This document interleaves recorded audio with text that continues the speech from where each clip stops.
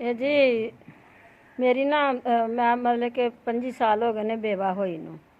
ਤੇ ਮੇਰੀ ਇੱਕ ਬੇਟੀ ਆ ਤੇ ਇੱਕ ਬੇਟਾ, ਉਹ ਨਸ਼ਈ ਆ। ਤੇ ਮੈਂ ਆਪ ਕੋਠੀਆਂ 'ਚ ਕੰਮ ਕਰਕੇ ਤੇ ਖਾਣੀ ਪੀਣੀ ਆ ਤੇ ਹੁਣ ਤੱਕ ਗੁਜ਼ਾਰਾ ਕੀਤਾ ਹੈ। ਤੇ ਬੱਚੀ ਨੂੰ ਨਾ ਤਲਾਕ ਹੋ ਗਈ ਆ ਕਿ 7 ਸਾਲ ਹੋ ਗਏ ਨੇ।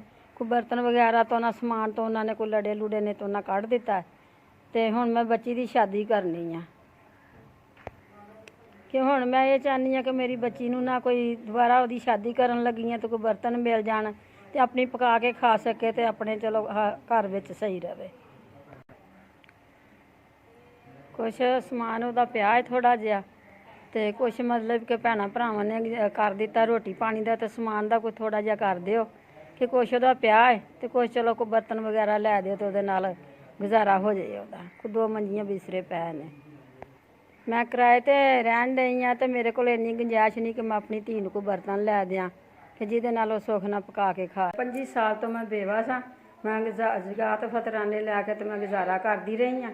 ਤੇ ਕੁਛ ਬੱਚੀ ਦੀਆਂ ਚੀਜ਼ਾਂ ਰਹਿੰਦੀਆਂ ਸੀ ਤੇ ਮੈਂ ਇਸ ਵਾਸਤੇ ਤਰਲਾ ਲਿਆ ਕਿ ਮੈਨੂੰ ਨਾ, ਕੁਛ ਚੀਜ਼ਾਂ ਮੈਨੂੰ ਜ਼ਰੂਰਤ ਦੀਆਂ ਸੀ ਤੇ ਮੈਂ ਉਹ ਨਹੀਂ ਲੈ ਸਕੀ। ਨਾ ਮੇਰੇ ਕੋਲ ਕੋਈ ਪੈਸਾ ਹੋਇਆ ਤੇ ਨਾ ਮੈਂ ਲਈਆਂ। 10,000 ਰੁਪਇਆ ਜ਼ਕਾਤ ਦਾ ਮੈਨੂੰ ਮਿਲ ਗਿਆ, ਮੈਂ ਕਬੂਲ ਕੀਤਾ। ਜਿਹੜੀਆਂ ਚੀਜ਼ਾਂ ਮੈਂ ਬੱਚੀ ਦੀਆਂ ਲੈਣੀਆਂ ਸੀ ਉਹ ਮੈਂ ਲੈ ਲਵਾਂਗੀ। 1000 ਰੁਪਇਆ ਮੈਨੂੰ ਮਿਲ ਗਿਆ। ਅੱਲਾ ਪਾਕ ਤੁਹਾਨੂੰ ਤੰਦਰੁਸਤੀ ਦੇਵੇ ਤੇ ਅੱਲਾ ਬਹੁਤਾ ਦੇ ਲੈ, ਤੁਹਾਡੇ ਬੱਚਿਆਂ ਨੂੰ ਵੀ ਤੰਦਰੁਸਤੀ ਦੇਵੇ। ਅੱਲਾ ਤੰਦਰੁਸਤੀ ਜ਼ਿੰਦਗੀ ਦੇਵੇ, ਸੋਹਣਾ ਮਾਲਕ। ਤੇ ਅੱਲਾ ਤੁਹਾਡੇ ਭੈਣਾਂ ਭਰਾਵਾਂ ਨੂੰ ਤੰਦਰੁਸਤੀ ਦੇਵੇ। ਅੱਲਾ ਤੁਹਾਨੂੰ ਬਹੁਤਾ ਬਹੁਤਾ ਦੇ। ਅੱਲਾ ਪਾਕ ਤੁਹਾਨੂੰ ਕਿਸੇ ਗੱਲ ਦੀ ਥੋੜ ਨਾ ਦੇ।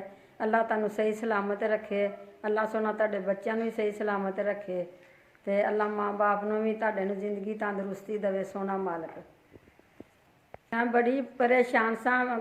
ਅੱਲਾ ਤੁਹਾਨੂੰ ਤੰਦਰੁਸਤੀ ਜ਼ਿੰਦਗੀ ਦੇਵੇ, ਸੋਹਣਾ ਮਾਲਕ। ਜਿਵੇਂ ਤੁਸੀਂ ਮੇਰੀ ਪਰੇਸ਼ਾਨੀ ਹਟਾਈ, ਅੱਲਾ ਮੀਆਂ ਐਵੇਂ ਤੁਹਾਡੀ ਵੀ ਪਰੇਸ਼ਾਨੀ ਦੂਰ ਕਰੇ। ਅੱਲਾ ਤੁਹਾਨੂੰ ਤੰਦਰੁਸਤੀ ਦੇਵੇ, ਸੋਹਣਾ ਮਾਲਕ।